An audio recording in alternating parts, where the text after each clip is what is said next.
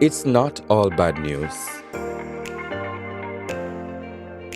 For many, sexual orientation and gender identity didn't negatively affect their workplace experiences.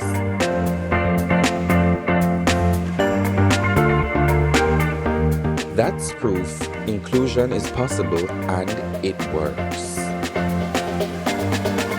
Let's make this the norm everywhere. Let's work together to promote inclusive workplace certifications and incentives.